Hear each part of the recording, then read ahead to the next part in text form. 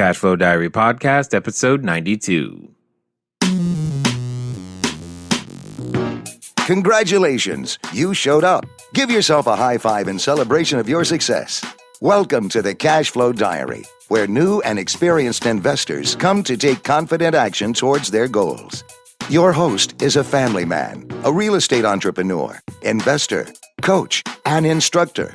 As a master facilitator of Robert Kiyosaki's Cash Flow 101 game, he's inspired many to begin their journey into creating cash flow for themselves and their family.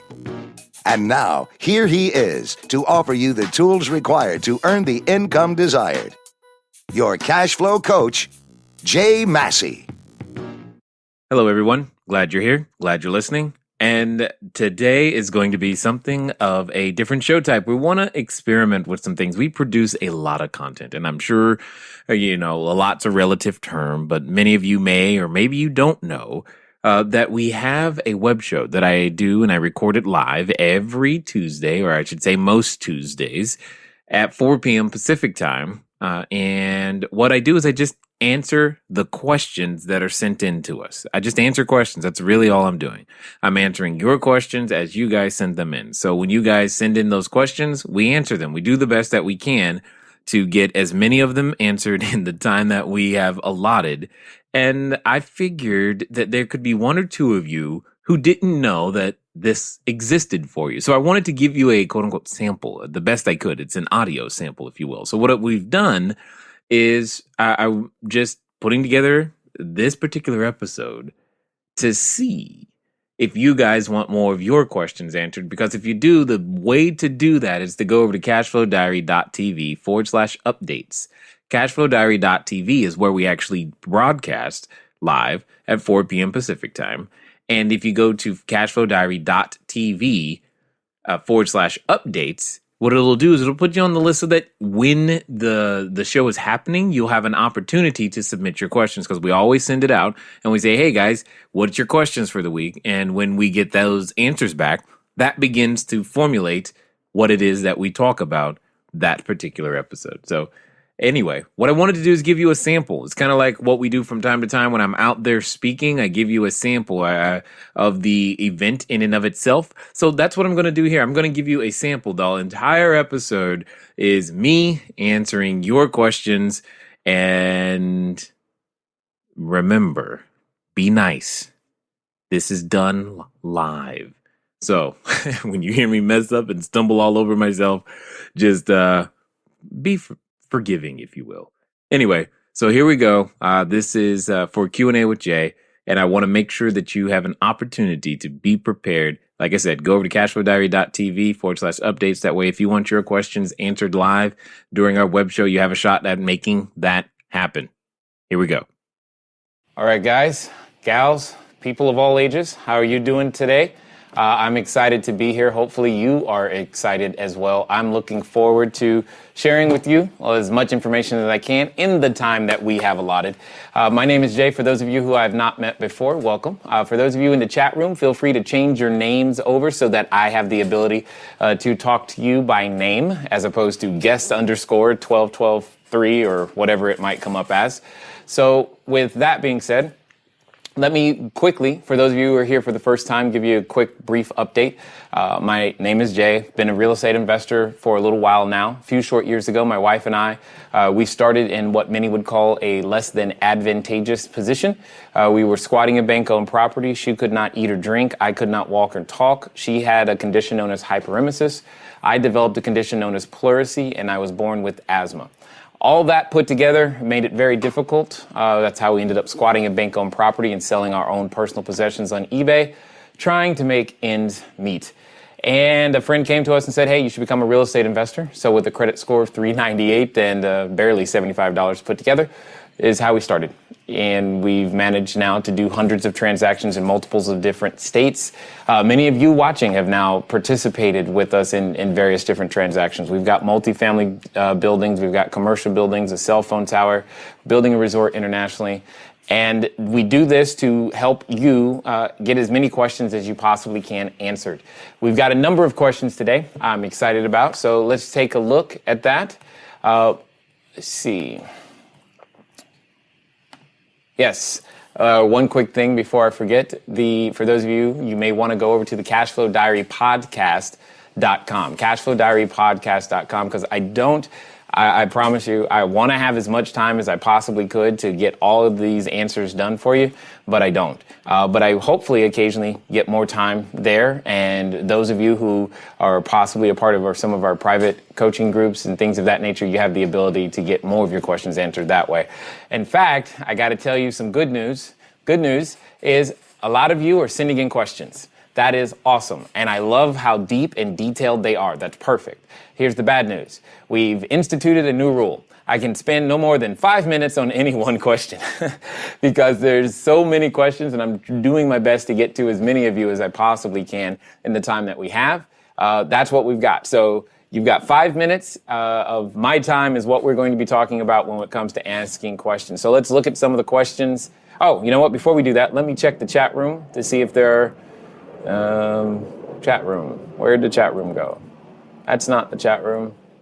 For those of you who want to participate, you can go over to cashflowdiary.tv and that way you'll be able to participate in the chat room. You'll be able to see, what we see or what I'm looking at as well. And for many of you, what you'll also be able to, if you're watching on a mobile device, we'll occasionally show you the chat room. That way you can see it as well. So everyone, if you could, go ahead and type in, tell everybody where you're from, some of the real estate experience you may have. That way when I come back to the chat room, I can see and greet you, welcome you, those types of things. What we're going to do, as I said, is that I'm going to run over to some questions. Now, here's the good thing and the bad thing. Again, like I said, it's 5 minutes, but I'm also going to be prioritizing questions for those of you who are part of our courses, either our wholesaling course, or any of the other courses, or, when I know that you're a part of the course, your questions are going to get prioritized. That way we make sure we get those answered.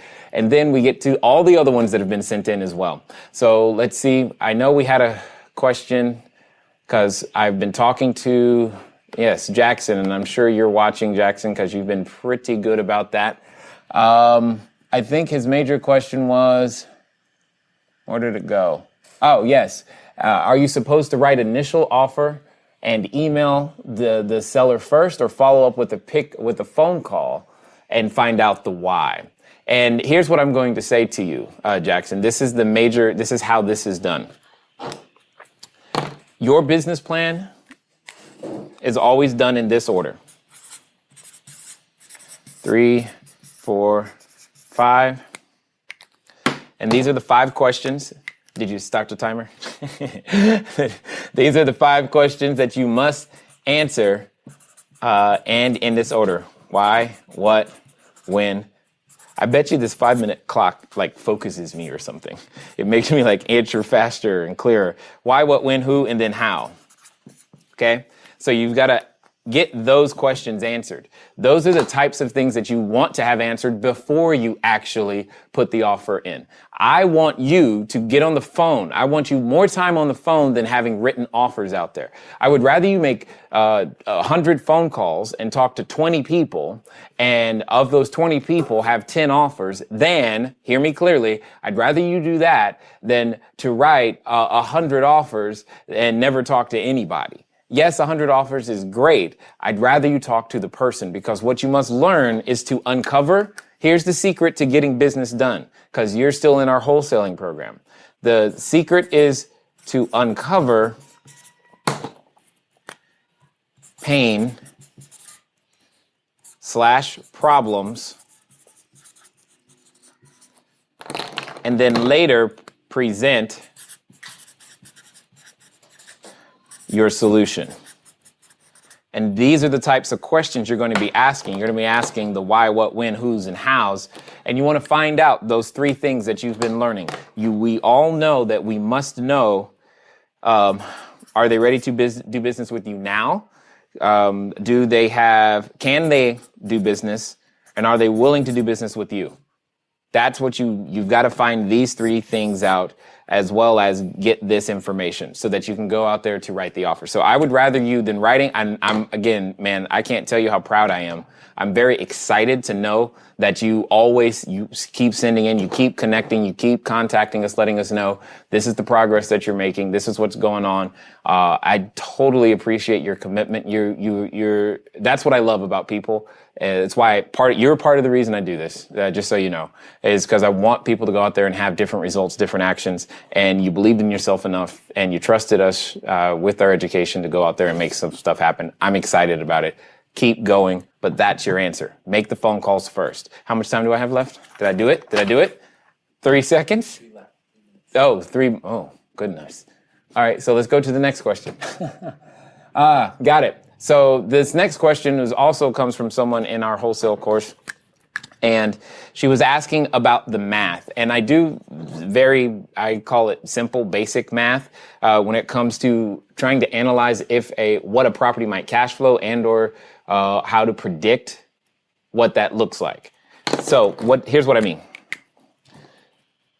Simple math formula is income minus expenses equals NOI minus debt service equals cash after debt service. Okay?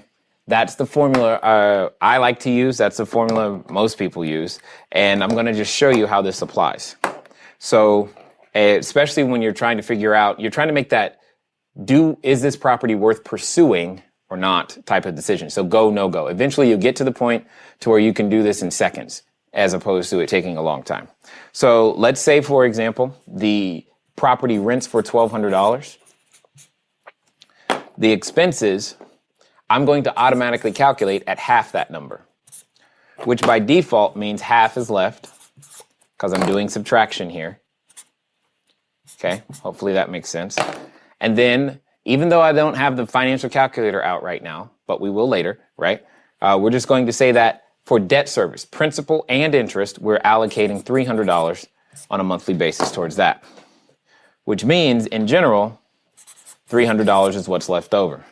The question I have to begin to ask myself is $300 on this one property, on this one door, this one unit, is that acceptable to me or not? It's up to you. It doesn't have to be, it could be, but the point is, for me, this is a go decision. This is a total go decision because I'm okay so long as the property has at least $100 of cash flow on the door. But, some of you might want a fatter margin. There's nothing wrong with that.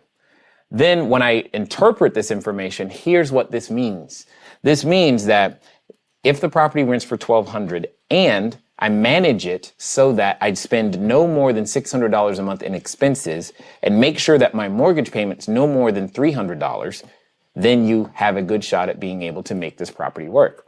You got to make sure you include all the expenses in your economic model and make sure that you work with a competent broker to understand how your loan works as well, or your private financing that you structure. So these are the this is how the math should be done. Now, you could also do it in reverse. Okay, you could also do it in reverse. Let me show you what I mean by that. What I mean is, say you just said to yourself, I want to make $200 per month of cash flow. So we're going to start with the back end. So cash flow. And we want that to be $200. Then what that means is, okay, we have cash flow. And I've got to do this. Remember, I'm doing this in reverse. So it's like doing your ABCs backwards. It sometimes is a challenge.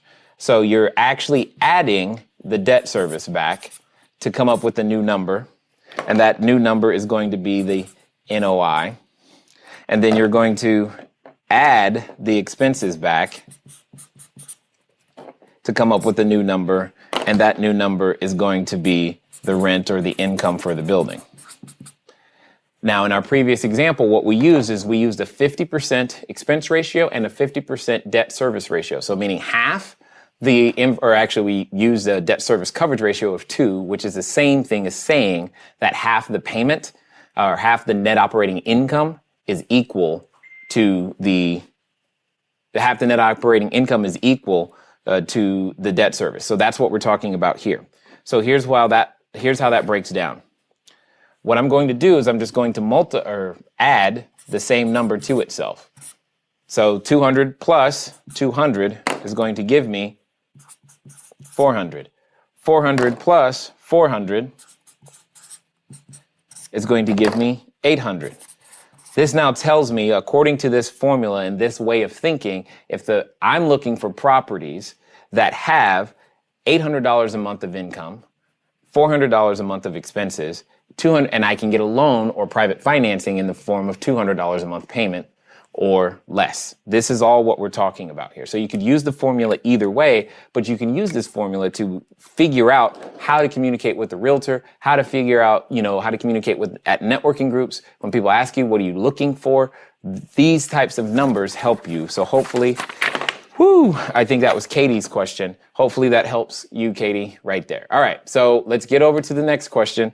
I think I'm liking this 5-minute thing. All right, Paulette. He has 2 houses. Okay. Front will rent for $1,000 to $1,100 once rehabbed.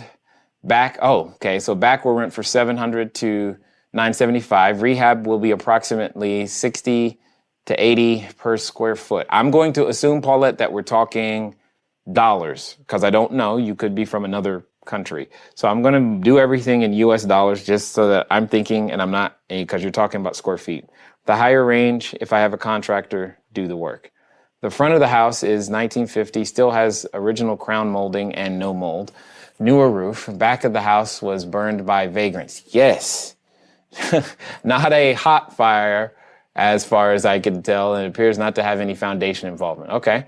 Rehab cost on both houses equals $120,000, or if the city will allow an expansion, then $144,000. But the acquisition cost puts it to $180,000 to $210,000. Okay, so you've got to pay for it first. Got it. Understood. I'm really excited about this property, but I am a deer in headlights regarding financing. Help. No problem, Paulette. Here we go.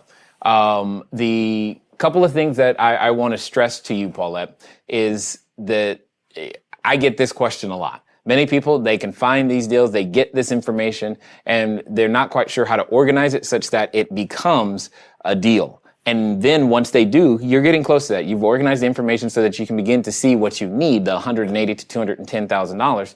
Then that question, like you said, I am really excited, but I'm a deer in headlights regarding financing. We got the question so much, we did a couple of things. I just want to make sure everyone gets this.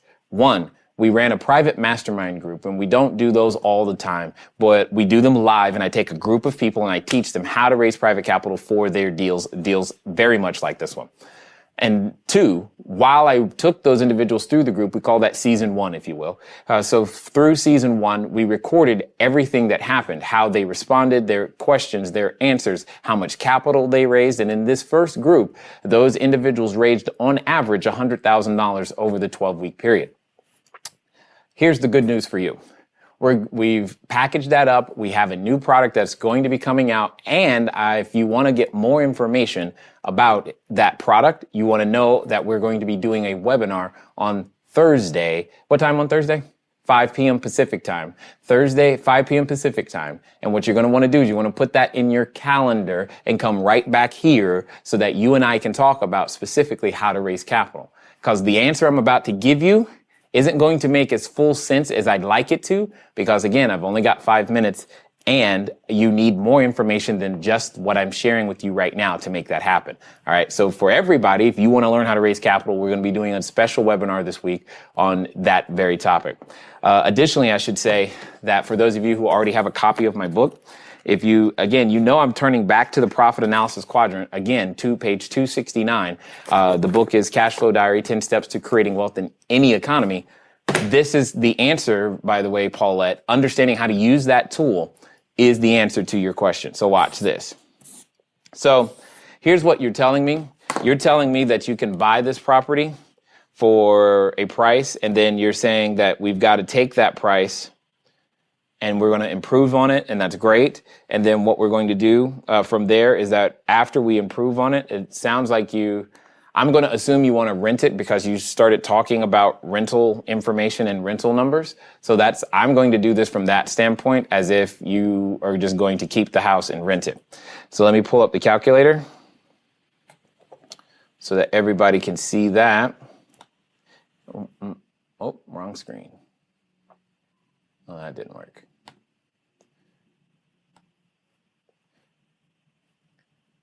Okay.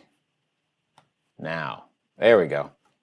So now what we're going to do is we're going to do some math together and figure this thing out for you. So first and foremost, we need to figure out where we're starting at. So 180, I'm going to take the low end of all the numbers, okay? So first you're telling me it's $180,000 is where we are. So I'm going to type in 180 minus, and I'm going to take the low end, so it's 120 of the rehab costs. So I'm going to take minus the 120. And if I understand that correctly, what you're telling me is that I can buy the building for $60,000. Okay? What does that mean here? Okay. What does that mean? You're going to have to give me a little bit more time on this one. So what does that mean here? In the profit analysis quadrant here, we're talking about appreciation. Here we're talking about depreciation. Over here, it's amortization. And over here is cash flow. So the appreciation in this case is going to be forced appreciation. For those of you who remember, there are 5. We don't have time to go through all 5, but there are 5. And we're talking about forced appreciation is the primary play, is what I see. We're starting at $60,000 on our way to 180. Oh, sorry, we're going to put another 120 in the building. What I don't know is the after repair value, because that's probably the one piece of material that I'm missing in this case. You tell me what the rent would look like, but you don't tell me what the after repair value is. So just know that the homework assignment is to go find out what the after repair value would be on this particular deal. So assuming the after repair value is, and I'm totally making up the number right now, I'm going to say 300,000. The difference between the 180 and the 300, this is your $120,000 of forced appreciation. So that's what you need to know. You need to know what the ARV is to figure out your appreciation for this particular quadrant of the whole transaction. Now, there are 4 quadrants. We're only going to talk about this one for the time being, so that you can understand how this works. So of this $120,000, the question I would have for you is how much do you want to give away and how much are you willing to keep? And there's no right or wrong answer. It's just how much are you willing to give away and how much are you willing to keep? To make this simple, I'm just going to say, how about you give away $60,000? Okay, so what you're going to do is you're going to give away $60,000 of the 120, also known as half. So here's how that works. If you're giving away 60, ignore the depreciation part for a second, because you're giving away 60, that means the investor's return is 60. Let's assume you needed to borrow the total $180,000 in order to make this deal work. So they gave you the 180. So now all I'm going to do is figure what their return would be. Their return is going to be 60,000 divided by 180, which in this case is 33%. And now what you're selling is, Mr. Investor, I'd like to give you a 33% return. If you'd like to do that, sorry guys, there you go. I'd like to give you a 33% return. And it would take, however long it takes, call it 90 days in order to generate that. This is what you're selling. You're selling a 33% return over that 90-day period. Because what you then have the ability to do is refinance that property, take that income out, and be able to pay the investor back. Or the investor can stay along with you. You can begin to structure this in many different ways.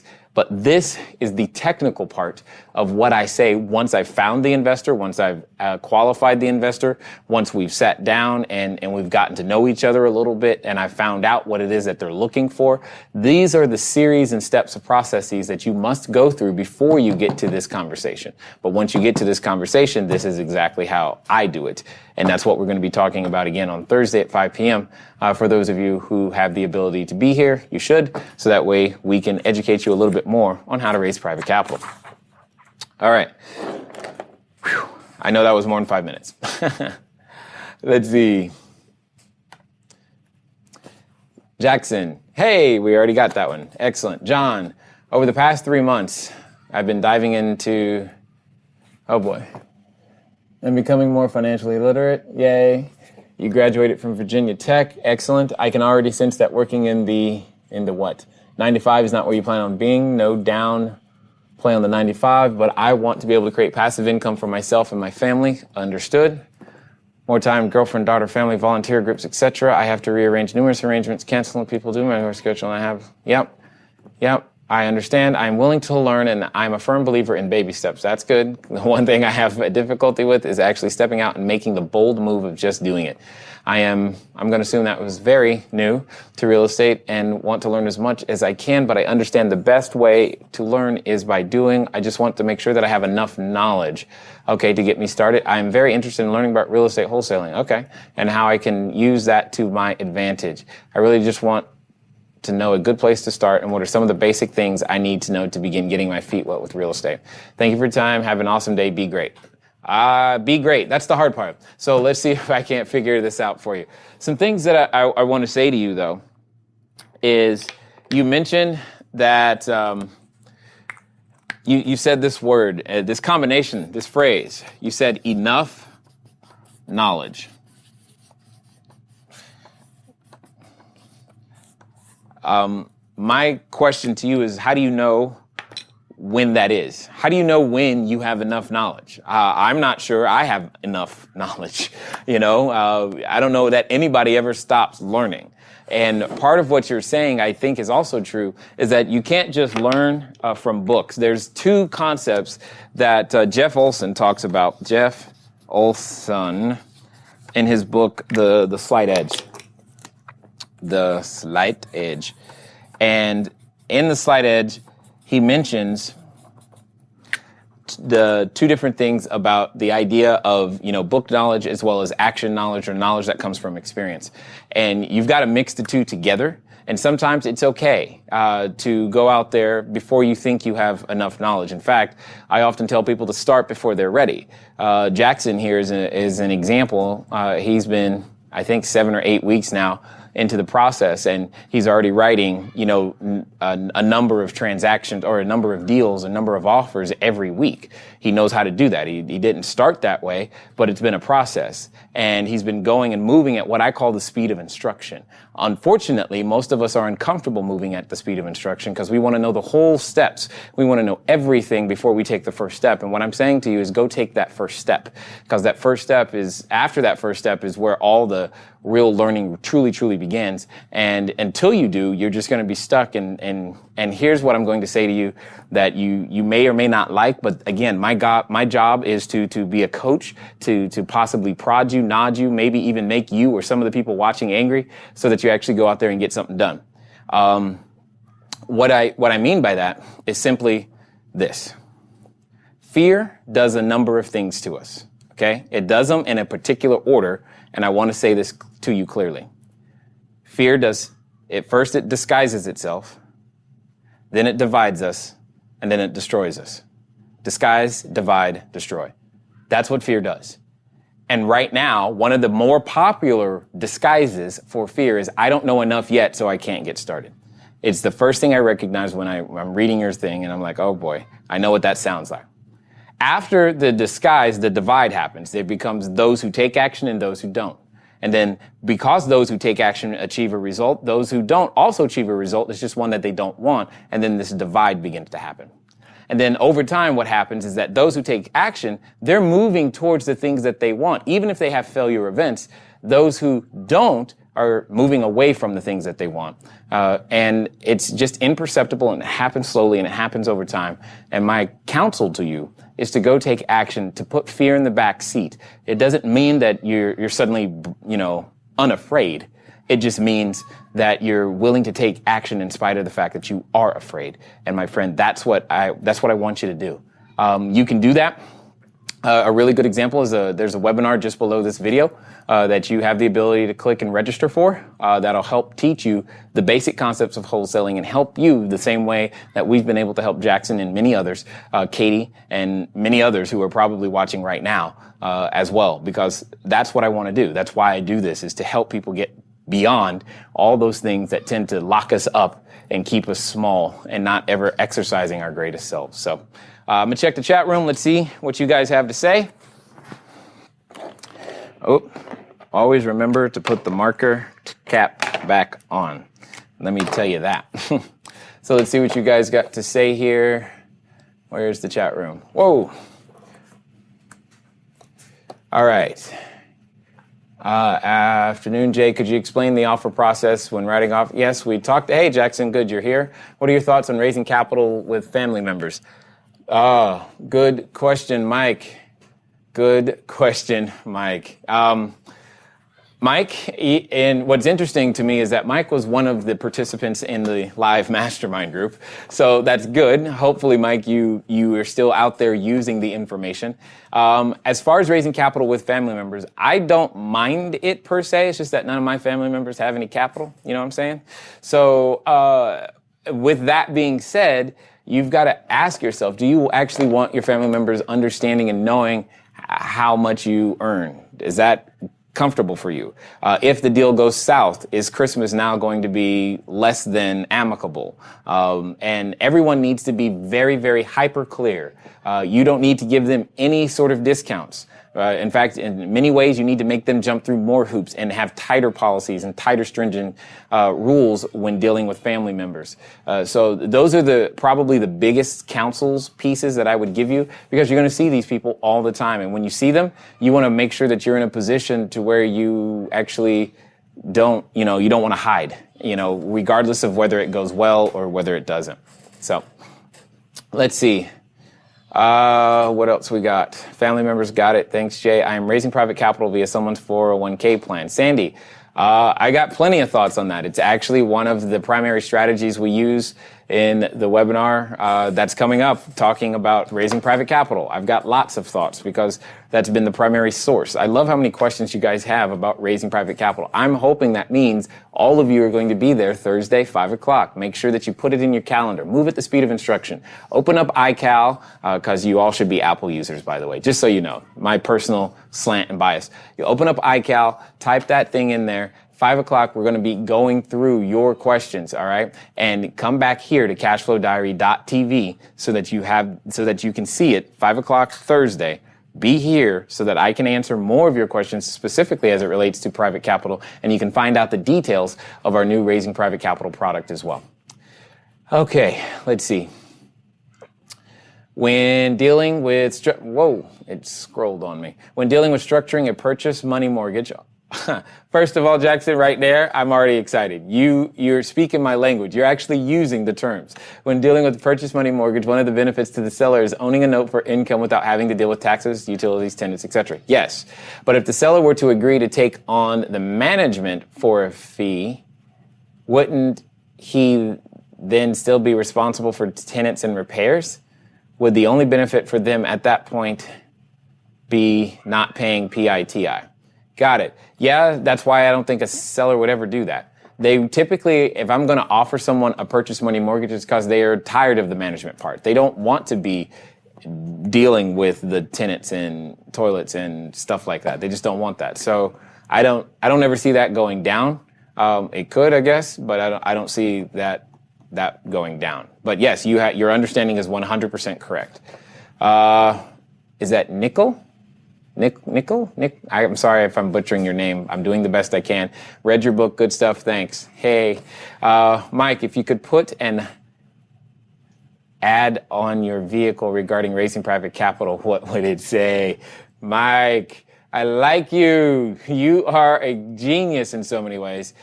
Here's what it would say. I'll write it for you. Here's what it would say.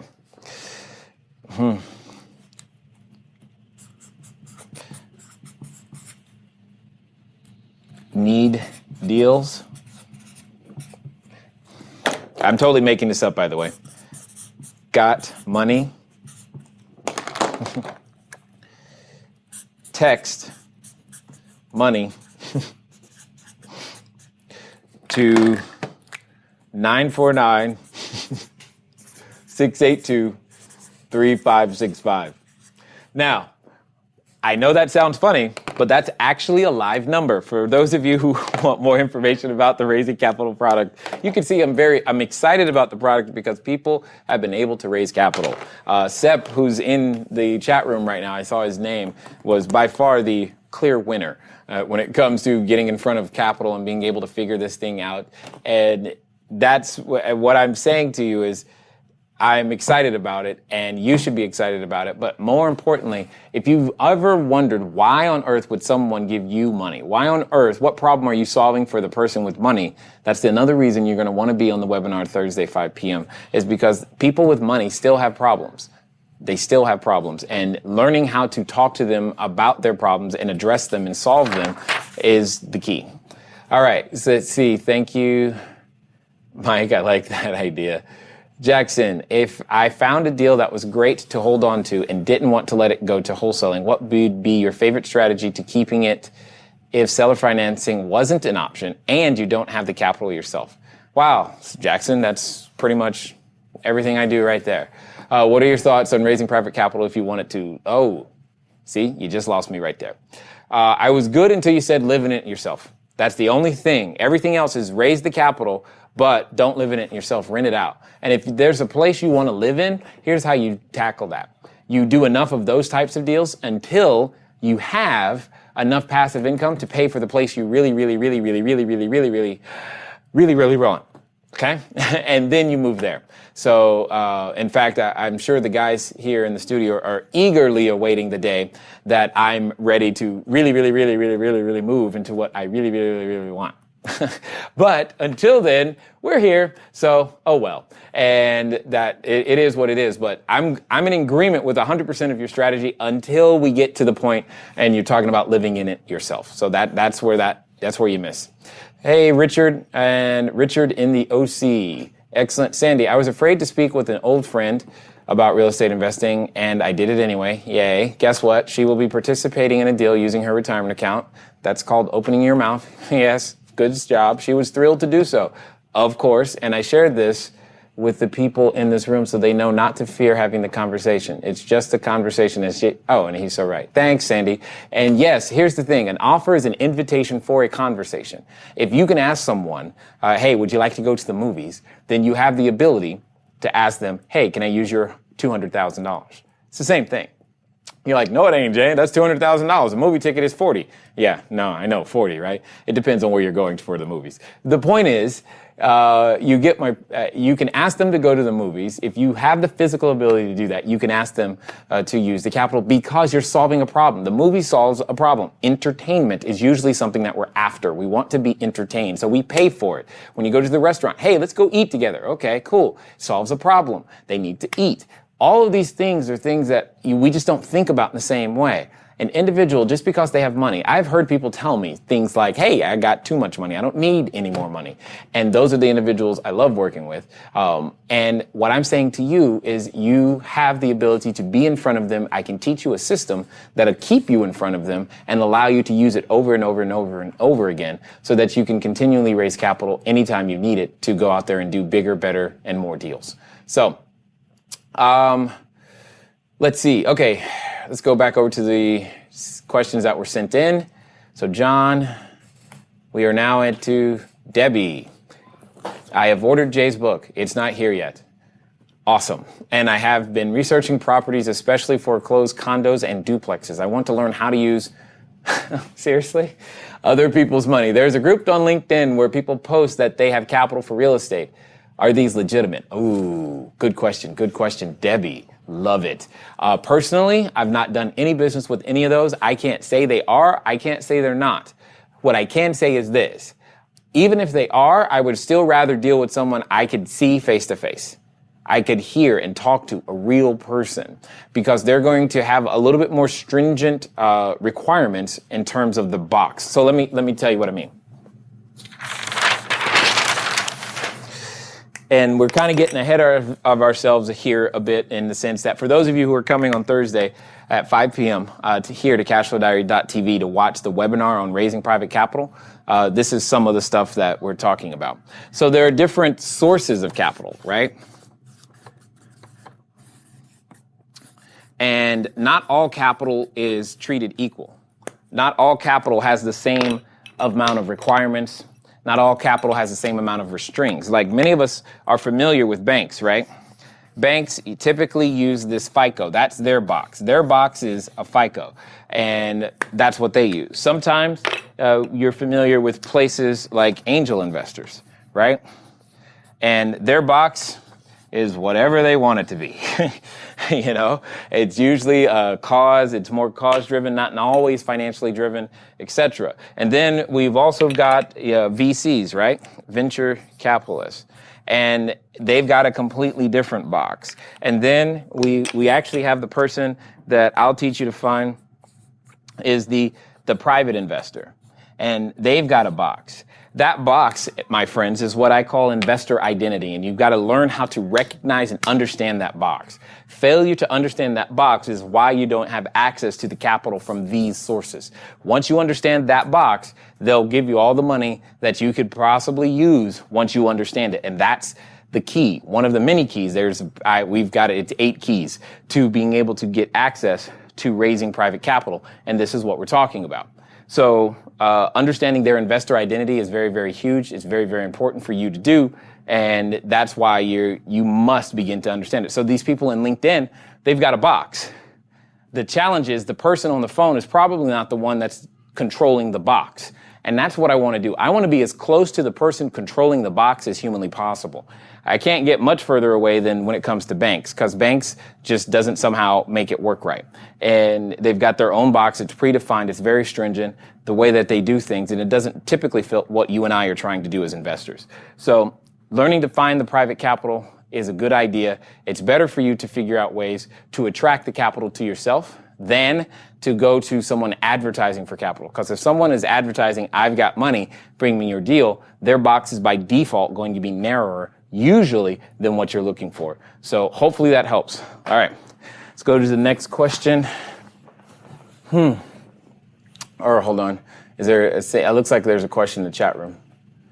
Let's see. Are you saying to use or not to use private capital for the purchase of your own home? I am saying not to.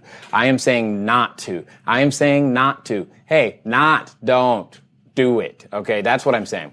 Because that is now an expense. I would rather it be a business transaction than something personal. If something goes south and you've used that's not good. I can't see how that goes well. I just can't see how that goes well. So that's why I'm saying that, all right? That's what's important to think about there. All right, so let's go. That was Debbie. Justin, one specific challenge has been collecting money that is owed to us once tenants move out. Oh, okay, got it. We have a security deposit in place, and we do take tenants to court when necessary, but none of that result is actually receiving the bulk of what you are owed. Correct. I agree. In addition, we are currently using bank financing for our real estate operations. See previous question. It has become more and more clear over the years that banks are becoming highly inflexible. Okay, I should remind you guys, I don't look at these questions ahead of time. I just answer them on the fly. I look at your deals on the fly, and I just find it interesting. We just had this conversation from Debbie, but we'll see, what else is going on here. Are becoming highly inflexible in how they examine deals and manage the ongoing mortgage process. Yeah, you just made my case, Justin. That's how I feel about it. You just made my case. That's exactly why you've got to learn to use private capital so that you can renegotiate when stuff happens, and stuff happens all the time. And that's what you got to learn to do. You got to learn to become the person that's willing to fight through, figure it out, and make the tough choices when need be, and figure those things out. I'm not perfect at it yet. As many of you know, we are on our way our goal is to get to 1,000 units in the U.S. and 1 million square feet. We're not there yet. We're a third of the way there, but we're not there yet. So I'm still learning these things too. Now, for me, in a lot of cases, depending on your class of tenant, all of you know about the Walmart, Nordstrom, Target thing. Depending on your class of tenant, it may not make sense to actually have a security deposit. I know that sounds like what? Because a security deposit, first of all, if you think about it, on your balance sheet, it's a liability. I would rather collect extra rent in exchange for no security deposit than to have a security deposit that I'm going to have to give back, that I'm going to have to spend money to protect, because I'm going to have to open a separate account, keep it completely separate, and do all those things. And typically, as you have already stated, getting that security deposit never covers what they did, and then you're trying to sue, and that's more time and expense. So eliminate all that. Charge a little bit more in rent, and when they ask why, well, there's no security deposit. And that typically works, and it works very, very, very, very, very well with people who have pets. Because if you do that, you charge a little bit more for Fido and Fluffy, and let Fido and Fluffy stay there. Something like $25 per month per pet. And in exchange for no security deposit, they stay longer, they love you, they're like all these things. I'm telling you, it works. So Justin, I'm glad you're in the fight. Keep fighting. Anything that we can do to help you out is what we're going to do. As you heard me say already, we have a webinar coming up for this very reason, because a number of you guys you keep asking me this question. And so it's like, I don't know what to do except for then solve the problem and create a product for you so that you can learn how to raise the capital and how to deal with these issues. And that's why we're doing the webinar on Thursday. So you have 2 buyers for wholesale deals. How can I motivate them to work faster to get deals done? Well, Rose, motivating people, we're going to go here it is.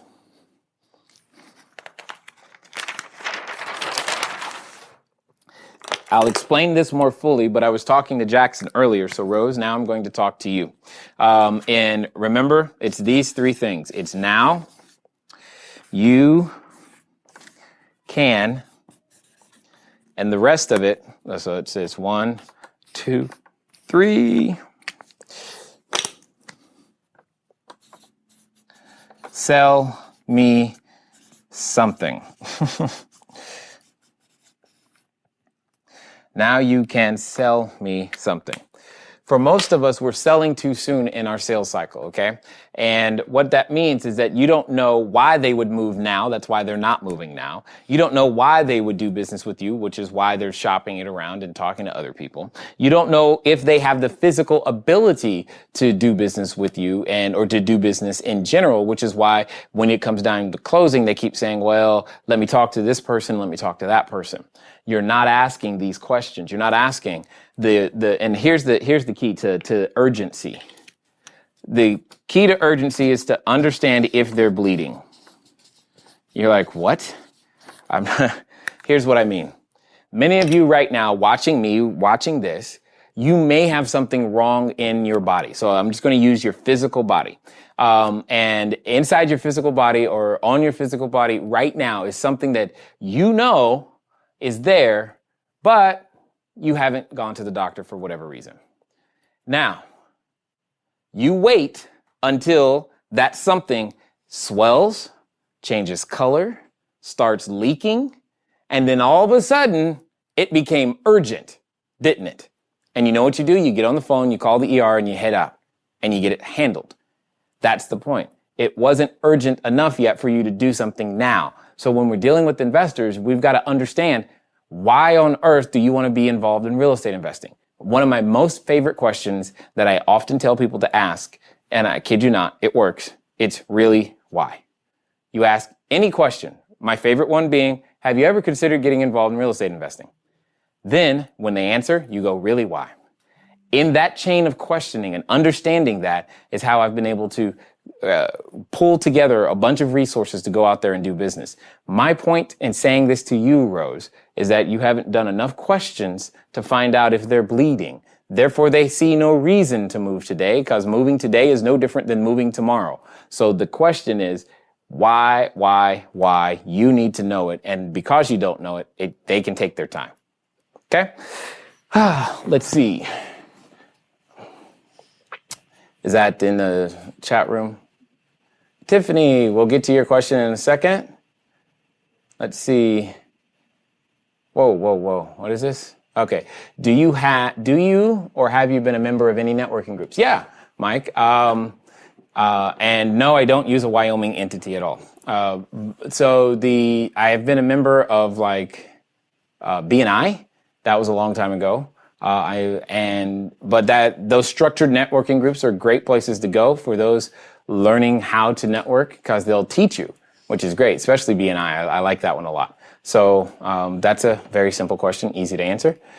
Let's see, Tiffany, I went to dental hygiene school and got my bachelor. Okay.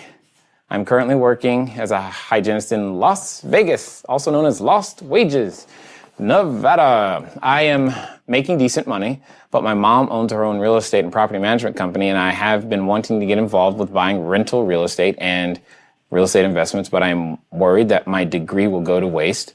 Oh. And I'm scared to start completely over when I have no experience in the real estate market. However, I'm only 25 years old, and I know that my passion is in real estate, and I want to have the opportunity to make money proportional to the amount of work I put into something, rather than continuing to work an hourly wage and salary. I have no idea where to start, but I know I need to start somewhere. Okay, Tiffany, here's your first step. What you're going to do is you're going to click below and join the webinar, because that's exactly, I understand you completely. You're going to learn to raise capital.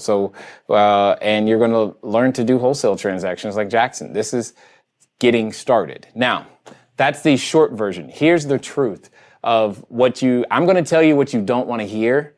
And you can take it, you can leave it, you can lump it, but here's what I know. I know that I am telling you everything that I believe from the bottom of my heart, same things I tell my children. And you may not like the answer, but again, that's not my problem. So, if you ask me, most, not all, most degrees are indeed a waste. Now, you happen to pick one that is a technical degree, so you have a way of technically earning money simply because that's what you were trained to do. So that's good. I think you did good there. Here's the challenge. You recognize that your passion isn't your purpose, and you're playing outside of what it is that you actually want to do. That's going to never go away until you actually begin to do what you want to do. So the question is are you willing to cut the cord early? I.e., you're 25. Cut it now. Plus, you have a mentor, it sounds like, in some sense. Who did you say, your mom? Your cousin? Your mom. So maybe your mom can help you, in a lot of ways. And if you don't feel she can help you, or you don't have that relationship to be able to learn from mom, then obviously we're here to teach you as much as you're willing to learn, provided you're willing to do what we ask. I don't want you filling your head with a whole bunch of knowledge so that you know stuff. I want you filling your body and muscles and mind up with a whole bunch of experiences based upon what you know, and going forward there. But you also hit on something that's very, very key for everyone to understand, is that you can make a nice hourly wage, but it's that self-improvement. It's that work outside of those things. Working on yourself helps you begin to build and make your fortune. So, Tiffany, if anything we can do to help you, I'm more than willing to do that, as you know. Again, repeat, webinar, 5 p.m., people. 5 p.m., not tomorrow, Thursday. 5 p.m. Thursday, we're going to be talking about raising private capital. Nikki, I am financially challenged, and my credit is not the best. I really want to learn how Jay Massey accomplished this without having to use his own money. Thank you in advance for your response. Nikki, that is probably one of the most common questions I get asked. And what I'm saying to you is very similar to what I've been saying this entire show. This has been like the financial raising money show today. I didn't know that was going to happen, but that's okay. And that's also why I put it in a book, Cash Flow Diary, 10 Steps to Creating Wealth in Any Economy. Chapter 1 is that chapter is all about how we started. And everything else are the steps we took to continue to build. If you want to figure that out, maybe, just maybe, you pick up a copy of the book. It's $9 for the ebook. It'll be to you in a few minutes. Or you can feel free to, buy a physical copy. Buy one and I'll sign it for you and send it to you as well. And you can click the link just below the video to be able to gain access to that as well. Because there's a lot that has to change with your mindset. There's a lot, what you don't have isn't important. What you should begin to focus on is what you do have. And when you do that, you begin to see different things, different opportunities come your way. So just keep that in mind. Okay. Problem. My age. I am 17. Wow. Tyler, that is probably the most direct question I've seen in a long time. That your age is not a problem, but I love the way you said it. Your age is not a problem unless you choose to let it be a problem. You could reverse those digits and say, problem, my age is 71, and I would still tell you the same thing. The age is not a problem. What is a challenge is your ability to think about leverage. Sometimes what you're leveraging is OPT, other people's time. Sometimes you're leveraging OPK, other people's knowledge. Sometimes you're leveraging OPE, other people's everything. I was going to wait until someone shouted it out. Then I realized you're over there on the other side of the camera. I can't hear you. Other people's everything. So in your case, my friend, when you being 17, you need to leverage someone who is 18 and has the physical ability to sign a document. That's one thing you need. You can run all the math, you can do all the numbers, you can do all the research, you can walk all the property, you just need someone to sign documents, my friend. That's it. And in exchange for your signature on these documents, you get to be a part of this LLC that I also own. So you and this person form an LLC, go out there and make things happen. That's what you're missing. See, I just reframed that. And now you've got a person on your team and you're learning together. And we all know if you have a study buddy, you're actually more likely to pass the test. So keep that in mind as you go out there. Your problem is so not your age. Peter, I am working in South Africa as a real estate agent. Awesome. First person from South Africa. We've got, I know there's people from the UK, Germany, I believe Israel, or no, he's in Canada right now, but he's from Israel, and clearly South Africa. I'm working in South Africa as a real estate agent. My biggest desire is to get buyers that are trustworthy. We also have to wait a long time before the loans are approved. Yeah, two things, Peter. I don't know if you're looking for buyers that are trustworthy as much as you're looking for buyers that do what they say they're going to do. I think that's what you mean, and because I'm not sure if that's what you're saying, or if you're saying that people say they're going to buy with you and then they end up buying with someone else. It's one of those two things. I'm not quite sure which, but you just need buyers who have the capacity to close. Now, in the absence of a resource, I say create it. So if you don't have buyers that can close, you go and create the buyer, i.e. you raise the capital and form the buyer, and now it takes care of your second question. You don't have to wait a long time before the loans are approved. You are raising the capital to approve your own loan per se, and now you are that buyer, and therefore you trust you to follow through. There you go. All problems solved simply by learning how to raise private capital. Here's the thing I want to stress about raising private capital. It's not US specific. I would be very short-sighted if that's the only thing I did. What we're going to talk about are the principles behind raising private capital, so that so long as you are near people, it works. Keywords, got to be near people. So if anyone's watching, possibly in Antarctica, I'm sorry. I can't really help you too much. Besides, your real estate, I don't think so. Not a hot market, you know what I mean? So moving on. Gustavo. Total lack of knowledge about the industry, specifically on how banks deal and what legal or financial tools are available out there for people with little or no startup capital. Excellent, Gustavo. I like the last part of your sentence because you're starting to ask what is out there. You're not focused on what you don't have. The start of your question, knowledge is the easy part. Let me show you what I mean by this in the sense of knowledge is the most accessible thing today. Inside of a real estate transaction, we typically have these four components: knowledge, time, money, and credit. You can typically draw a dividing line straight down the middle, and he or she with the knowledge and time typically does not have the money or credit, and the reverse is also usually true. The thing is, we all have 86,400 seconds in a day. Those are your investment opportunities. So you have 86,400 investment opportunities every day. The question is how are you using your time? What are you investing your time into doing? Because right now, if you don't know anything, your time isn't worth a whole lot.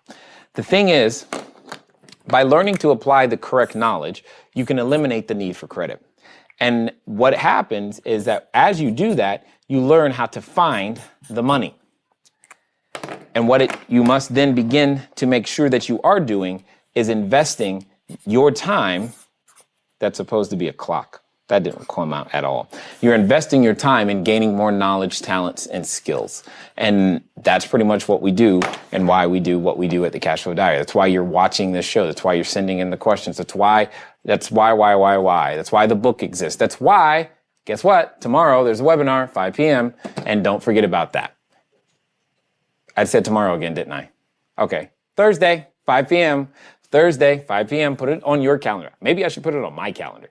Thursday, 5 p.m. Pacific time. Thursday, 5 p.m. Pacific time. What we're going to be talking about is the knowledge required to go out there and do this exact process. Be the person with the time, take the correct knowledge, eliminate the need for credit, find the money so that you can go out there and do more deals. How much time do we have left? 1 minute. Excellent. Let me see what's in the chat room, and then we'll probably end there. How do you get over the fear to move forward in real estate investing? I really need to get this done. Okay, I will answer your question. I don't think you're going to like my answer, Richard, but again, that's not my problem. My problem is that I want you to understand fear it's not something you get over. You can get in front of it, but you can't get over it. And the way that I was taught to deal with my fear is to do what you fear first. So in the morning, you have an anxiety about making offers. Make an offer before you leave the house. Learn to do those things that you fear first, and the rest of your day goes a lot smoothly. Because most of the time, we're imagining all these crazy things that are going to happen that never happen, and we could just move on anyway. You don't really get over fear. I still get afraid that, deals aren't going to come together. Funding isn't going to come in. I still get afraid, but I don't let the fear hold me back, and you shouldn't either. This is why, for many of you, if you've ever purchased any of our products, we have a bonus product called Cashflow Foundation. It's a lot of the mental, it's like 4 hours of video, me to you, about all the mental tools that I've used to be able to deal with things like fear in real estate investing. Are you kidding? The first time I signed a $2 million contract, I was doing this number and I was shaking. I had done hundreds of transactions by that point. I didn't know what to do. The first time I did a commercial deal, mind you, I'd done millions of dollars of real estate. It's the first commercial deal. And I should more correctly say tens of millions of dollars worth of real estate. And it was my first commercial deal, and I'm shaking. Fear doesn't go away. If it did, then you're going to be reckless. Then you're going to be stupid. Then you're going to do something that you're going to eventually regret. There should always be fear, some sort of hesitation or anxiety present. You just got to learn to manage your emotions before they manage you. Michelle, I really appreciate how you explain all of your real estate education. I look forward to reading your book and continue educating myself via Cashflow Diary. Thank you, Michelle. I definitely appreciate that commitment. Looking forward to hearing all the good things that you have to say after you've read the book. So let's get back over to the PowerPoint. As you can see, who is it? Linda, Michael. Okay, hold on. Linda and Michael, you two must know each other because you both said no down payment, not having the money for the down payment. That's funny. Completely. You guys know you need to go to the webinar. Teaching me how to wholesale property without any money or credit. Michael, that question is very easy. Click the webinar below. That's going to be starting here soon. And what you have the ability to do is to learn how to wholesale exactly like Jackson is doing. Under what to say to other like-minded people to build my database. Cheryl, your answer is to get the book because I go over that exact script inside the book. Jimmy, finding a deal, closing a deal, and resell, flip a property. Jimmy, book. See, I can do this. Fear of the unknown. James, see previous answer. I need help building management company to operate real estate profitably. Tom, book. I'm being kind of funny, but you guys, there's so many questions. Oh, okay, so let's see. I'm a novice to the real estate industry, and I would like to absorb as much knowledge as possible. I'm a single mother of 3 beautiful girls, with one heading to college. Mine's heading to college, too. I was once a Section 8 and food stamp recipient, and I thought I needed a degree for a better job with more money. Now, 3 years later, with the nursing degree and a decent salary, I realize I'm in the same boat as I was a Section 8 food stamps, except I'm the only one supplying all the cash as long as I am working. Wow, this is good. Now, looking into the future, I do not see how I'm going to provide an education for my girls as well as plan for my retirement and care for a mother who I know is not financially stable to retire in 12 years when she'll be 65. I am a visionary, quick learning, hoping to gain as much knowledge someday to become a real estate investor and much more. Okay, guys, here's the deal. I'm going to take some extra time to answer this one because this is real. Hopefully you don't mind. Maybe you stick around. Maybe you've already gone. But Letty, this is for you. Couple of things. You've got to, here's what it is. And you are learning things, and in the real world practice, first of all, you learned a very valuable lesson that what you think may be true may not necessarily be true. What you've heard is true may not necessarily be the way. I get this all the time. How is it? I'm a college dropout. I've got a PhD though, public high school diploma. So let's give me credit for that. And people wonder all the time how all these things come together. I got a lot of street knowledge, not as much book knowledge. I've got a lot of seat knowledge because I've been in there. I've mixed it up. I've had people steal money and all these other things from me, and figuring out ways to make capital and payroll and all these things still happen isn't easy, and it's not for the faint of heart. So if you're still listening and I haven't scared you away, watch this. All of us earn money in usually one of two ways. Either we do it with our labor, or we do it with an asset. Okay. When we do it with our labor, that labor is usually tied to a clock. That's what it's usually tied to. And there's only 86,400 opportunities every day, also known as 24 hours, every day to invest that time to produce the result. Here's the real issue. The issue for you, Letty, and many others is that you're on a 1-to-1 ratio. You only get paid a certain dollar amount for 1 hour. If you could even just figure out how to get to a 2-to-1 ratio, you'd be doing twice as well, even if that second thing you were doing didn't earn any more money or even earned half the amount of money that you currently earn at your job. Because that second thing has the ability to produce income without you being present. And this is the key, and this is why assets are powerful. So what does that mean? That means when you own a single family house, let me show you. A single family house, doesn't that look pretty? Who wants to make an offer? All right. So when you own a single family house, this house is working 86,400 seconds every day, but so are you in theory, right? Say you still have your job. So now what was 86,400 seconds is technically double that. But once you add another house, so how many houses do you want? 10, 20, 30. It doesn't really matter to me. Here's what I'm saying to you. The word you're looking for is pay time.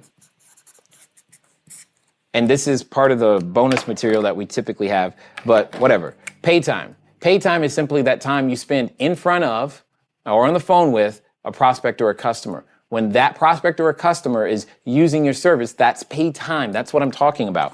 This is what we all need more of, okay? And the way to get it is to deliver a service without you being present. That's what real estate has the ability to do.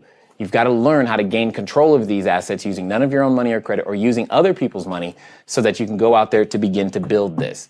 That's exactly where I started from. That's what the book is designed to do, is to teach someone whether they've ever done it before or not isn't important. What is important is that you're willing to take a $9.99 gamble on yourself if you want the ebook, or a larger gamble, quote unquote, on yourself if you invest in one of our courses, so that I can show you step by step. And again, it's proven information because you get to watch what the other participants did and do to gain their success. And for those of you in our courses, you do know already that we have a private Facebook group so that you and I can continue to talk and we can all continue to grow together as we go out there and build bigger portfolios.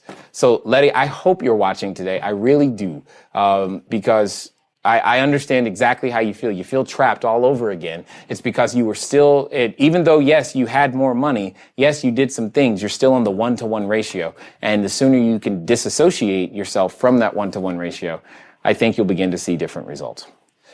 Okay, let me just check the chat room real fast. All right, perfect. All right, guys. That's all the time we've got for today. As you know, I went over. Hopefully you can forgive me. And for those of you who want more information, or if you're still interested in the book but you like audiobooks instead, I'm still working on that. I'm in the process of going through I'm in chapter 2. I've read some of it.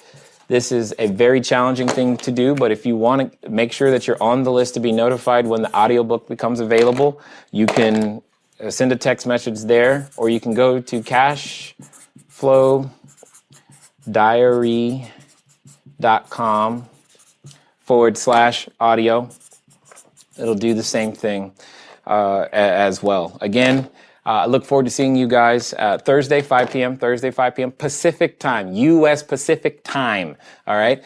So that you can participate in the webinar that we'll be doing right here on cashflowdiary.tv, teaching you all about how to raise private capital. For those of you who want to know how to do deals tonight using none of your own money or credit, you're going to click the link below for the webinar on wholesaling, and I look forward to talking to all of you guys again soon.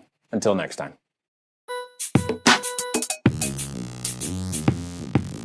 Thank you for investing your time with Jay Massey and the Cash Flow Diary. When you have a moment, please visit iTunes and leave a positive comment about the show. And go now to our website, cashflowdiary.com, to take advantage of our free business building course, Cash Flow Foundation. Gain the knowledge, understanding, and skill that will teach you how to never need a job again. Until next time.